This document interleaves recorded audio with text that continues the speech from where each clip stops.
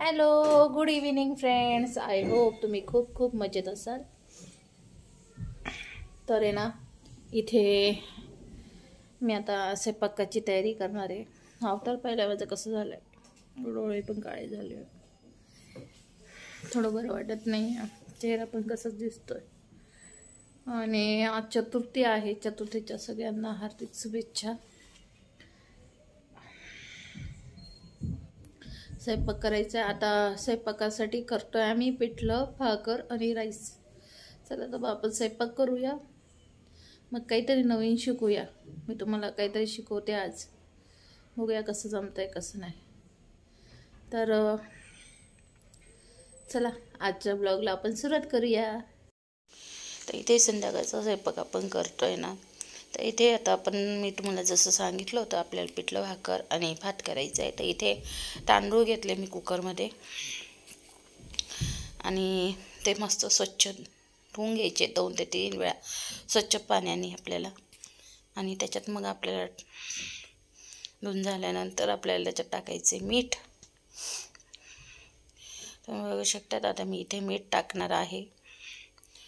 आणि मी भातामध्ये मीठ व्यवस्थित टाकतं, मला जास्त आळणी भात नाही आवडत. आणि इथे मीठ टाकून मिक्स करून घेतले. आता कुकरची रिंग वगैरे लावून मी आता कुकर लावून देईल आणि गॅसवर लावून देईल शिजायला. आता आपल्याला पिठलं करायचं म्हणून आता मी डाळीचा पिठाचा डबा घेतला आहे, एक पातेलं घेतलं आहे, त्याच्यात पीठ काढून घेते. जेवढं आपल्याला पिठलं करायचं आहे तेवढं पीठ काढून डबा लावून घ्यायचं आहे आणि मी तेवढं ठेवून देते आहे. आता पिठामध्ये पाणी टाकून मिक्स करतं, त्याच्याने मिक्स करून घेते. याला काय म्हणतं मला माहीत नाही. छान घोटून घेते मी मस्तपैकी, एक गुठळ्या राहू द्यायचे नाही. आता त्याच्यातच मी मीठ टाकून घेते आणि परत एकदा मिक्स करून घेते. म्हणजे डबल परत टाकायचं काम नाही, कारण पिठलं जेव्हा टाकतो त्यानंतर मिक्स करायच्या वेळेस वेगळा प्रश्न पडतो. तर इथे झाले आता पीठ मिक्स करून, पण मी पिठलं नंतर करणार आहे. त्याच्या पहिले मी करते थोडासा शिरा. आज चतुर्थी, नैवेद्य तर दाखवता येणार नाही मला, पण तरी पण माईला शिरा आवडतो म्हणून थोडंसं गोड बनवते, कारण दिवसभर उपवास होता आमचा. इथे कढई ठेवलेली आहे आणि आता तूप वगैरे काढून घेतलं आहे मी. आणि एकीकडे आता खलबत्त्यात मी थोडेसे आता वेलदोडे टाकून घेते. आणि काजू काढलेले नव्हते वरती, म्हणून मी फक्त बदामच काढलेले, तेच टाकून देईल. आता इथे वेलदोडे सोडून टाकून घेते आणि त्यापेक्षा मी व्यवस्थित वेलदोडे टाकते आणि ते कुटून घेते. थोडीशी साखर बी टाकून घेईल मी त्याच्यात. इथे मी साखर टाकून घेते. आणि कारण की काही वेळेस आहे ना वेलदोडे क्रश होत नाही जसे पाहिजे तसे, ते राहूनच जातात. थोडी साखर टाकल्याने छान क्रश होतात. आता इथे बदाम टाकून घेते, तेही कुटूनच घेते.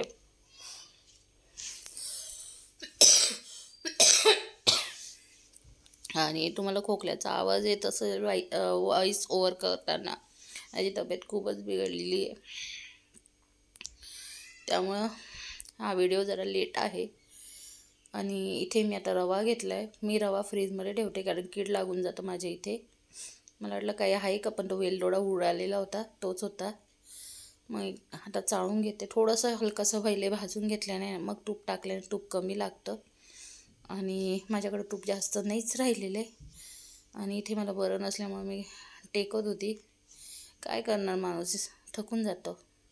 आणि खाली वाकून परत पातेलं काढलं, त्याच्यात पाणी घेतलं आहे मी आणि गरम करायला ठेवलं आहे गॅसवर, कारण की शिऱ्याला गरम पाणीच टाकते मी. आता इथे तूप टाकून घेते थोडा भाजल्यानंतर, जेणेकरून पटकन भाजला जाईल. आणि बघू शकता एक अंदाज घेऊन मग तूप टाकते मी किती लागेल, कारण जास्तही नको व्हायला. जास्त जरी झालं तरी सोप ॲडजस्ट होऊन जातं शिऱ्यामध्ये तूप.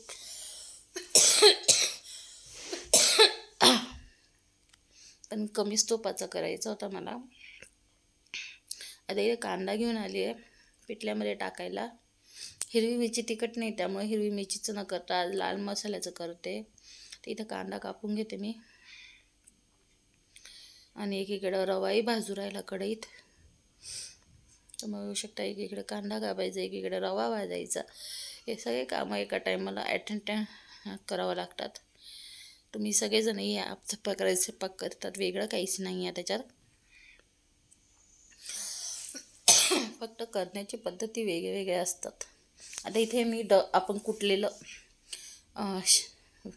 वेलदोडे आणि बदाम ते टाकून दिलेलं आहे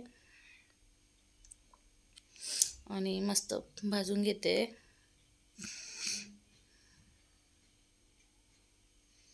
छान पद्धतीने भाजून घेतले मी इथे. आणि एकीकडे कढई ठेवली आहे. माईची बॉटल, कप सगळं तिथेच पडलेलं राहतं, कारण मॅडम आमच्या त्याच करतात. आणि इथे आता मी तेल टाकून घेते कढईत लगेच. गॅसवर पातेलं ठेवलेलं, त्याच्यात पाणी ठेवलेलं उकळायला लागले. आणि एकीकडे आता जिरं टाकून घेतलेलं आहे मी. इकडे आपला रवा मस्त फ्राय झालेला आहे, म्हणून एका टाईमला कधी कधी असं वाटतं 2 कामं करू नये. आता इथे कांदा टाकते फ्राय करायला, कारण रवा जळायला नको याची काळजी घ्यावी लागते. आता इथं मी पाणी टाकून घेते. चांगलं भाजल्या गेल्यानंतर थोडं थोडं करून, एकदम टाकत नाही आहे, थोडं थोडं करून, म्हणजे व्यवस्थित मिक्स व्हायला पाहिजे. इथे साखर बी टाकून घेते. आणि साखर मला माहिती होते जेवढी पाहिजे तेवढीच होती. आता मिक्स करून घेते, सांची घेऊन पकडून व्यवस्थित मिक्स करून घ्यायचं आहे. आता इथे पूर्ण याच्यात माझी चेहरा मुंडकीच गायब आहे असं म्हटलं तरी चालेल. तर मला स्वयंपाकाचा व्लॉग दाखवते. एकीकडे कांदा फ्राय होत आला आहे आणि ग्लासभर पाणी परत घेऊन आले, कारण पिठलं मला पातळ करायचं आहे, घट्ट नाही. आणि एकीकडं पहा कांदा भाजून घ्यायचा आहे मस्तपैकी. इथे हळद टाकून घेते मी आणि लाल तिखट टाकायचं आहे, म्हणून मी लाल तिखट काढून घेते. आणि ते आता मी कांदा फ्राय झाल्यानंतर त्याच्यात टाकून घेईल.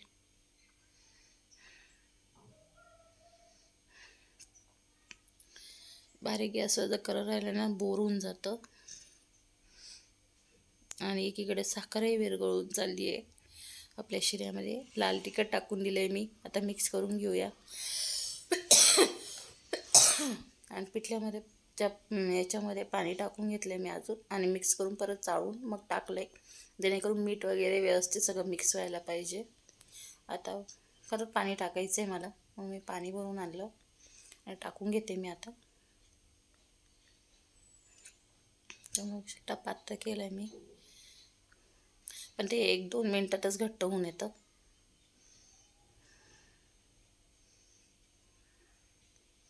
आणि छान आता हे केल्यानंतर मी आता कोथिंबीर टाकून घेते कापून, आणि मग टाकली आहे बारीक चिरून.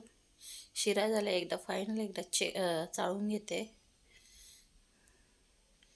तर सईला गोड आहे की नाही ते चेक करायला लावलं तर मी नंतर, की कमी नको व्हायला, आणि जास्त तर मला आवडत नाही, तर कमीच गोड पाहिजे. मग सईला बोलवून, तिला शिरा खायला आवडत नाही, पण मग लहान होती तेव्हा खायची, पण आता नाही खात. तिला टेस्ट करायला लावली ती म्हणे गोड आहे, आणि जास्त गोड नव्हता आणि जास्त फिकाही नव्हता, एकदम मीडियम होता. जेव्हा आम्ही नंतर उपास सोडायला बसलो तेव्हा कळालं. आता पिठलं व्यवस्थित झालेलं आहे, मस्त उकळी येऊ द्यायची आहे. शिराही झालेला आहे आपला जवळजवळ. थोडं पाणी कमी वाटलं म्हणून मी पाणी टाकून दिलं परत. आता गरमच पाणी टाकून दिलं. तर आपला शिरा जवळजवळ झाला आहे, पण त्याच्यात आपण थोडंसं दूध आणि साय टाकूया. माझ्या नवऱ्याला दूध टाकलेला शिरा फार आवडतो, म्हणून मी इथे टाकते. नाही तर बिना दुधाचाही शिरा खूप छान लागतो, खायला टेस्टी लागतो. आणि माझ्या खोकल्याने पूर्ण माझी बँड वाजवलेली. तर इथे शिरा जवळजवळ होत आला, एक 5-10 मिनटं मस्त फ्राय होऊ देईल त्याला. आणि मला बरं नसल्यामुळे घडी मी पुढे जाऊन थोडीशी बसत होती, कारण मला उभं राहावलं जात नव्हतं. तरी पिठलं भाकर हे लवकर होणारं स्वयंपाक होता म्हणून बरं होतं. आणि आता झालेलं आहे, भाजी झाली आहे, भात झाला आहे, शिरा पण झालेला आहे. आता तो उचलून पुढं ठेवून देते, साधारण त्यांना फोन केला होता मी, ते पवननगरलाच होते, अजून यायचा पत्ता नव्हता. तर तोपर्यंत म्हटलं आपण सगळं उचलून ठेवूया आणि आता भाकरी करून घेते मी. ते येतील मग तेव्हा मला, कारण त्रास होते त्यामुळे घडी घडी उठता बसता नाही येणार. आता उभी येतं तोपर्यंत भाकरी करून घेते. आता मी इथे बाजरीच्याच भाकरी करते, तर मला दिसते की नाही माहीत नाही व्यवस्थित, पण मी इथे बाजरीच्याच भाकरी करते, ज्या थंडीत चांगल्या असतात खाण्यासाठी. आणि इथे बाजरीचं पीठ घेतले, पाणी टाकले, मिक्स करायचं, छान रगडायचं आहे त्याला. अंदाजे गोळा घ्यायचा, जास्त मोठी नाही करायची होती, जास्त छोटी नाही, कारण साधारण ते जास्त भाकर खात नाही, त्यांना भाकर आवडते पण एक मीडियम साईजची भाकर, त्याच्यावर ते खात नाही. त्यामुळं मी तेवढीच एक भाकर त्यांना आणि तेवढीच एक भाकर मला करते, त्याच्यावर मी जास्त बनवत नाही. तर इथे मी आता रगडून घेतला आहे, गोळा करून घेतला आहे. आता पीठ टाकून थापून घ्यायची. तुम्ही बघू शकता मी थापून घेते. आता मला एवढी काय परफेक्टली थापता येत नाही, पण जशी येते तशी आजीने शिकवली तशी मी करते. आणि इथे तवा तापल्यानंतर मी टाकून दिले आणि थोडंसं पीठ टाकते मी, कारण की जेव्हा आपण त्या साईडने भाजतो ना उलटून, खूप छान पपडा येतो, खूप छान भाकर बनते. मला याच प्रकारे भाकर आवडते, तर मी ही नेहमीच करते. आणि परत दुसरी भाकर बनवायला घेतली आहे. एकीकडे ती भाजते तोपर्यंत काही जण तव्यावरच दोघं साईड भाजतात, पण नाही, आम्ही एक साईड डायरेक्ट गॅसवर भाजतो आणि एक साईड डायरेक्टली तव्यावर भाजतो. आणि चुलीवर तर छान बनतात भाकरी. आता आपले फ्लॅट असल्यामुळे इथे काही चूल मांडता येत नाही. प्रयत्न केला होता चूल बनव, काय नाही, होतच नाही माझ्यात. तर करायचं भरपूर काय असतं, बघूया करायचं की नाही करायचं. जागा पण, आणि बरेच जण म्हणे फ्लॅट काळा होईल, तर बघूया, आपण ट्राय करूया, आपण चूल तर आणूया आणि छान समजतं काहीतरी बनवूया. आता इथे भाकर मी उलटून फलटून भाजून घेते, तवा क्लीन करते आणि परत दुसरी भाकर टाकून देते आणि थोडंसं क्लीन करून घेते. आणि राहिलेलं पीठ जे टाकलं मी ते डायरेक्ट टाकत नाही, ते याच्यावरच टाकते भाकरीवर आणि पाणी टाकून मस्त मिक्स करून छान लावून देते. छान बनते भाकर या प्रकारे जर केली तर तुम्ही. आणि पातळ भाकर असं जाड भाकर बनवत नाही, कारण की जाड भाकर नाही आवडत साधारण त्यांना, पातळ आवडते, ती खायला छान लागते. आणि माझ्या एकसारख्या भाकरी होत नाही, छोट्या मोठ्या जाड बारीक होऊ शकतात. त्यामुळे असं परफेक्ट मेजरमेंट नाही आहे. काही लेडीज आहे त्यांचं एकदम परफेक्ट आहे की एकसारखी भाकर येते, तसं माझं नाही येत. आणि माझी भाकर करताना थापण्याचा आवाज पण येतो. पहिले मोठे लोक म्हणायचे की भाकर थापताना सुद्धा आवाज नाही यायला पाहिजे. एवढं काही मला जमत नाही, जे आहे ते आहे माझं. आणि आता तुम्हाला भाकर थापताना तर आवाज नाही येणार, कारण की मी सायलेंट केलेला होता, म्हणून नेक्स्ट टाईम कधीतरी डायरेक्ट दाखव थापताना. आणि ते भाकर भाजून घेतली मी. माझं स्वयंपाक झाला आहे, मिसळचं झालं, उचापात्या पसरा करून ठेवला आहे.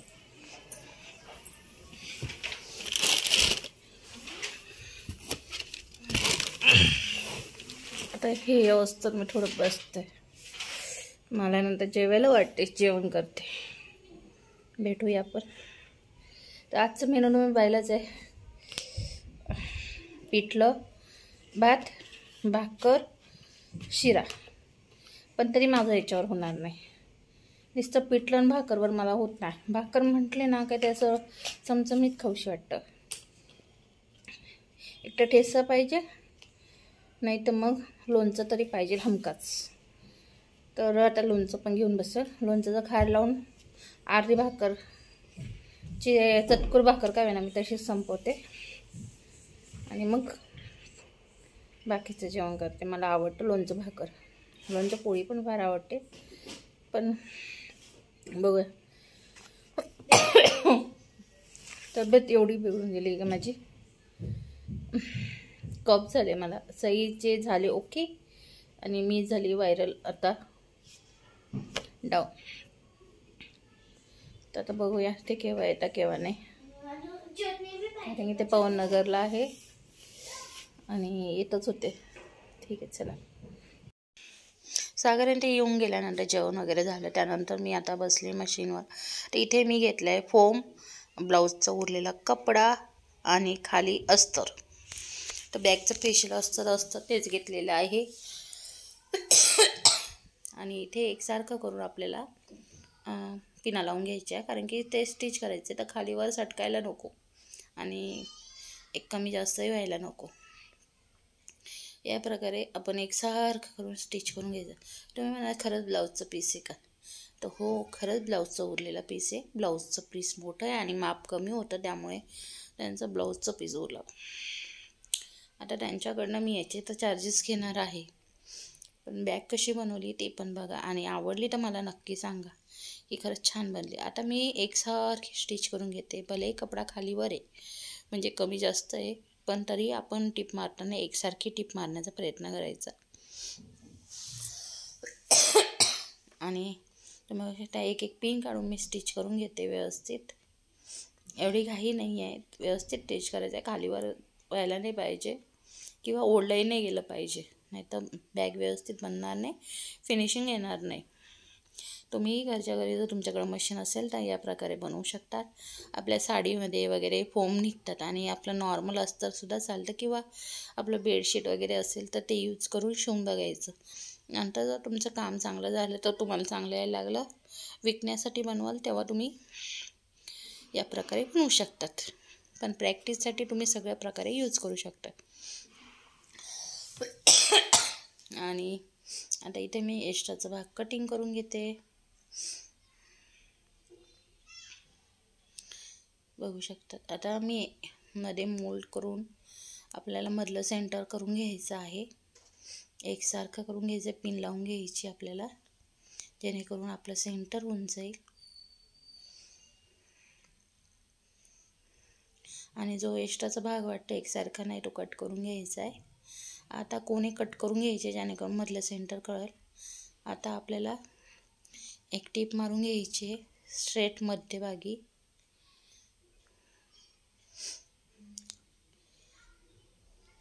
आणि आता इथे पण आपल्याला टिप मारून घ्यायची 2 किंवा 2.5 किंवा 3 याच्यावर घ्यायचे आहे, तुम्हाला जसं जमेल तसं. कारण वरती अर्धा इंच फोल्ड होईल म्हणून 2 किंवा 2.5 मध्ये मारायची. तर इथे टिप मारून घेते मी, 2 टिपा मारल. एक थोडासा हलकासा मध्ये गॅप ठेवायचा आहे आणि परत दुसरी टिप मारून घ्यायची आहे खालीवर, जेणेकरून आपण जेव्हा कट करू तेव्हा खालीवर होणार नाही. आता हे कट केल्यावर फिनिशिंग दिसते बघा. आता इथे आपल्याला चेन लावायची. तर ही माझ्याकडे चेन आहे, अखंड आहे, ती नंतर कट करून घ्यायची आहे. आणि आता उलटी ठेवून आपल्याला चेन टिप मारून घ्यायची आहे. बघू शकता मी कशी टिप मारते. आणि टिप मारून घेतली मी इथे. आता याला डाप टिप मारून घ्यायची आहे आपल्याला, पण त्याच्या पहिले आपण रनर टाकून घेतोय. डाप टिपने फिनिशिंग होऊन जाते आणि तो कपडा आपल्या याच्यात अडकत नाही. इथे मी डाप टिप मारून घेते. आणि आता दुसरा जो भाग आपण कट केला तर तो बरोबर सेंटरला ठेवून आपण टिप मारून घ्यायची त्याला पण. तुम्ही बघू शकता एकसारखं ठेवून मी टिप मारून घेते. खालीवर म्हणजे पुढं मागे व्हायला नाही पाहिजे, नाही तर मग प्रॉब्लेम येईल. परत आपल्याला उचलून परत टिप मारावं लागेल. आता याला उलटं करून मी तुम्हाला टिप कशी मारायची ते दाखवते. चेन या साईडने करून आपल्याला टिप मारून घ्यायची, जेणेकरून मधला कपडा दाबला जाईल आणि फिनिशिंग येईल. याच्याने कपडा अडकत नाही, आरामशीरमध्ये चेन घुसून द्यायची. आणि इथे आता परत एक चेन लावून घेते मी वरती. तर आपण 2 झिपवालं पर्स बनवतोय. या प्रकारचे बॅग्स वगैरे जेव्हा आपण साडीवर मॅचिंग घेतो सॉरी घालतो नाही, घेतो, वेअर करतो, तो खूप छान वाटतात. तर इथे मी रनर टाकून घेते. तुम्ही बघू शकता इथे रनर टाकून घेतले मी. अगोदरच टाकून घेतले. तुम्ही म्हणाले अगोदर काय टाकलं, तर अगोदर टाकून घेतले मी. आणि आता मी इथे डापटिप टाकून घेते. रनर काही वेळेस असं झालं आहे का माझ्यासोबत, मी रनर नंतर टाकायची विसरली, म्हणून मी ना ते काम रिपीट होण्यापेक्षा अगोदरच टाकून घेते. कधी कधी तुमच्यासोबतही होऊ शकतं. तर टीप बसली नाही म्हणून परत टीप मारले. आणि एक कपडा घ्यायचा आहे अस्तरच, त्याला या उलट्या साईडने ठेवायचे, टीप मारून घ्यायची आहे. बघू शकता चेनच्या ह्या साईडने टीप मारले, कारण आपल्याला 2 पॉकेटवाला बनवलं आहे, तर त्याला कप्पा करणं आहे, नाही तर मग ते एकच कप्प्याचं होऊन जाईल. एक्स्ट्राचा भाग कट करून घ्यायचा आहे. आता याला पलटी करून घ्यायचं आहे आणि त्याच्यावर डापटीप मारून घ्यायची आपल्याला.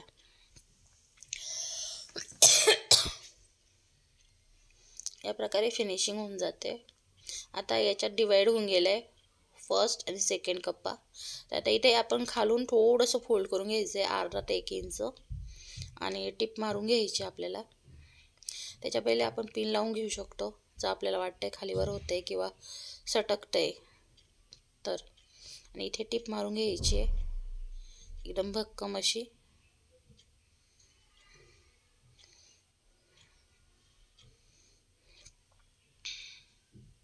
आता स्ट्रेटली बी टिपा मारून घ्यायच्या आपल्याला, कारण तिघं बाजू कवर करायची आहे.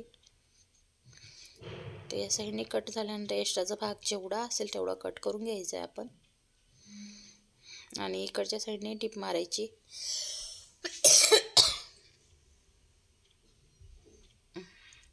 आणि एक्स्ट्राचा भाग कट करून घ्यायचा आहे.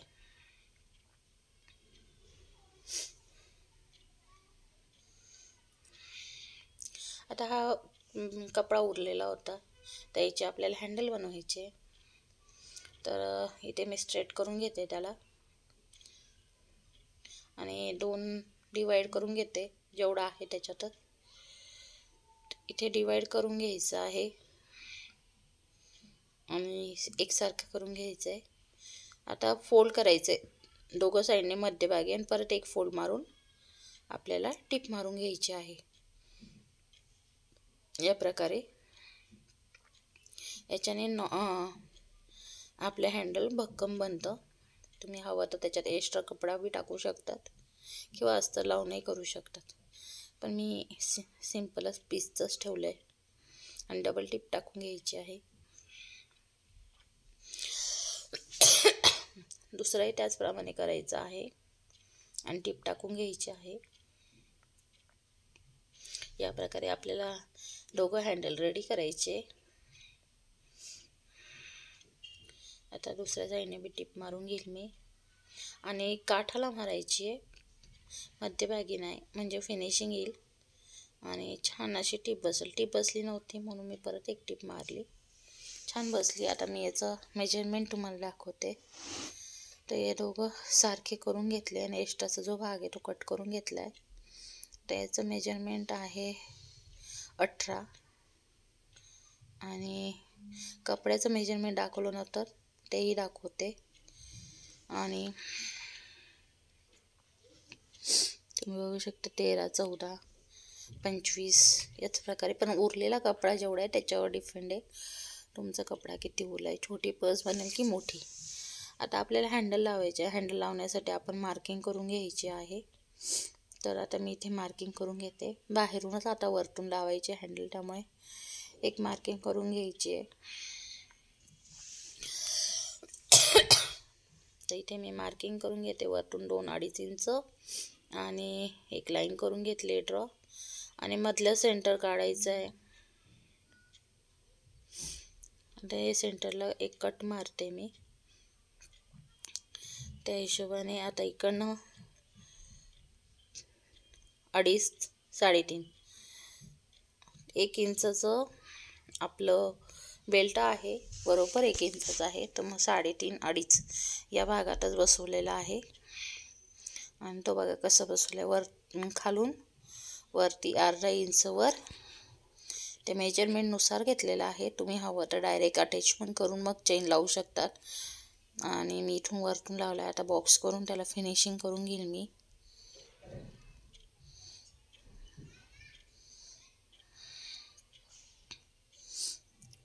आणि इथे कट करून घेते. तर दुसऱ्या हँडल त्याचप्रमाणे बसून घेते. त्या एकासोबत दोघंही बसू शकता, पण मी एकच बसवलं आहे. आणि एकसारखं आहे की नाही ते चेक करून घ्यायचं आहे. जर खालीवर वाटलं तर उसवून घ्यायचं आहे. आता इथे मला खालीवरच वाटलं होतं म्हणून थोडंसं उसवून घेते मी. काही वेळेस होऊ शकतं खालीवर, शिवताना काही वेळेस होऊ शकतं खालीवर. उसवून मी परत आता जॉईन करते त्याला. आता इथे मी उसवून झाल्यानंतर दोरे एक्स्ट्राचे जे काढून टाकले आणि इथे आता जॉईन करून घेऊया. आता फोल्ड करून परत त्याला स्टिच करायचं, जेणेकरून फिनिशिंग दिसते, काही दिसत नाही, भाग दिसत नाही एक्स्ट्राचं काहीच. आणि क्रॉस लाईन करून आता टीप फिनिशिंग करून घ्यायची. आता ह्या साईडने पण आता मी दोघं एकदम जॉईन करताना तुम्हाला दाखवते. इकडनं जॉईन केल्यानंतर आता इकडे जॉईन करायचं आहे. आणि दोघं एकसारखे आहे, मेजरमेंट घेऊन मग केलेलं होतं. आता याला पलटी करून घ्यायचं आहे. आता इथे बॉक्स रेडी करून घेते मी पूर्ण.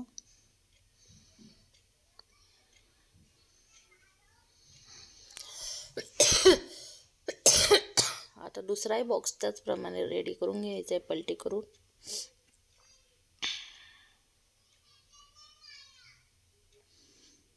बघू शकता रेडी झाले आपले हँडल. ते एकसारखे बनलेले होते आपले हँडल. एक्स्ट्राचे दोरे दारे सगळे फिनिशिंग करून घ्यायचे. त्याच्याने फिनिशिंग केल्याने आपल्या याचे लुक भारी येतं. आता आपल्याला फिनिशिंग करून झाल्यानंतर आता इथे चेन जॉईन करून घ्यायची दुसऱ्या साईडच्या कपड्याला. तुम्ही बघू शकता आता मी जॉईन करून घेते. हँडलसाठी बाजूला ठेवली होती, आता जॉईन करून घेते मी. आता आपल्याला याला डापटीप टाकायची आहे, तर तशीच पलटी करायची आणि डापटीप टाकत जायची.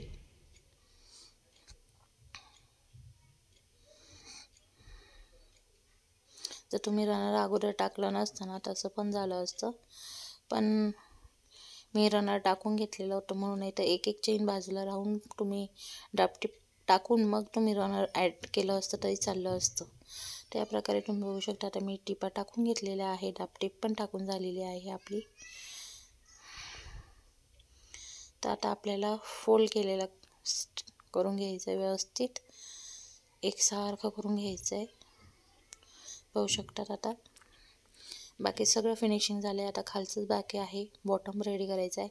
2.5 बाय 2.5चा घ्यायचा आहे बॉक्स आपल्याला. तर मी वरतून बी एकदा चेक करून घेतले की आपल्याला कितीपर्यंत पाहिजे. तर इथे मी 2.5 बाय 2.5चाच घेतलेला आहे बॉक्स. तर आता हा कट करून घेईल मी.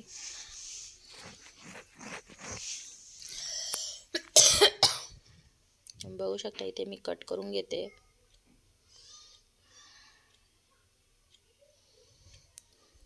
आता इकडनं ओपन आहे आपलं, त्यामुळे इथे आता आपल्याला टिप टाकायच्या दोघं सरळ. डबल टिपा किंवा सिंगल टिप टाकू शकता. इथे मी डबल टिपा टाकलेल्या आहे, कारण फिक्स एकदम होऊन जातं, परत घडी घडी टेन्शन नाही राहत. इथे पण टिप टाकून घ्यायची आहे आपल्याला. आणि फिनिशिंग मात्र नक्कीच करायची आहे.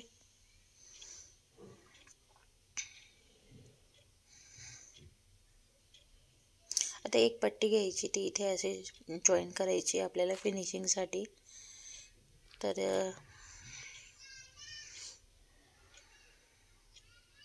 इथे टिप मारून घ्यायची आहे आपल्याला आणि आता ती पलटून घ्यायची आणि टिप मारून घ्यायची आहे. फिनिशिंग करून घ्यायची आहे आपल्याला. म्हणजे एकदम छान दिसते पर्समधून पण तर दुसरी साईड आहे त्याचप्रमाणे करून घ्यायची आणि दोरे दारे वगैरे पण निघत नाही, जेणेकरून ही पट्टी लावल्याने एवढी फिनिशिंग होऊन जाते आणि एक प्रोफेशनल बॅगसारखी बॅग वाटते. आता पलटून घ्यायची आहे आपल्याला टीप, एक पट्टी आणि टीप मारून घ्यायची आहे. एक्स्ट्राचा भाग कट करून घ्यायचा आहे. याला दोरे दारे निघत नाही म्हणून हे अस्तर खास करून बॅगेंसाठी वापरलं जातं. तर इथे आता आपल्याला या प्रकारे त्रिकोण घेऊन जॉईन करून घ्यायचे, स्ट्रेट टिप टाकायची आणि माझ्या मशीनचा दोरा घडी निघून जात होता. तर आता मी टिप मारून घेते त्याला फिक्स करून. बघू शकता इथेही डबल टिपा टाकलेल्या आहे मी. दोघं साईडने त्याच प्रकारे करून घ्यायचं आणि टिप मारून घ्यायची आहे.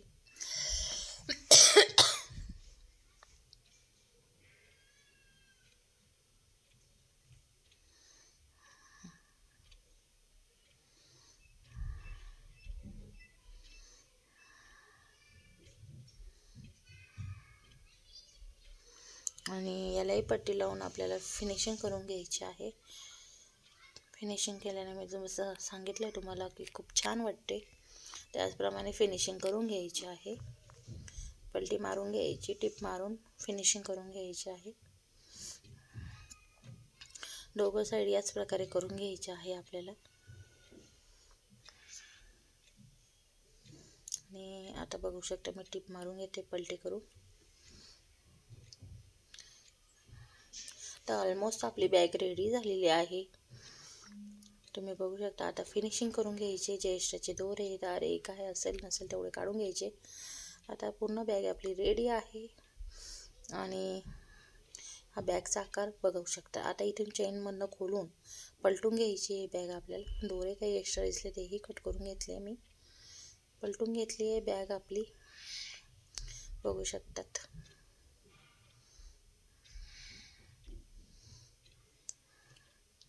ते इथे दोरे वगैरे जे दिसले ते कट केले, स्ट्रेच केले आणि चेन लावली. ही आपली बॅग रेडी आहे आणि 2 कप्पे रेडी झालेले आहे, एक फ्रंटला आणि एक मध्यभागी. तसं तुम्हाला हवे ते 3 कप्पे पण करता येईल, पण इथे मी 2च रेडी केलेले आहे. तुम्ही बघू शकता. आता कोणे काने व्यवस्थित ओपन करून घ्यायचे, जेणेकरून एक फिनिशिंग येईल आणि आपली बॅग रेडी आहे. तुम्ही कुठेही पार्टी वेटीला घेऊन जाऊ शकता. आणि हे बघा, हे ब्लाऊज आहे कस्टमरचं, त्याच ब्लाऊजचं उरलेला कपडा आहे, ज्याची ही बॅग आहे. तर पटलं ना खरं, तर बॅग बनवली आहे ब्लाऊज पीसपासून. तर आजचा जर व्हिडिओ आवडला तर लाईक शेअर सबस्क्राईब करायला विसरू नका. सपोर्टची गरज आहे, सपोर्ट करा. बाय.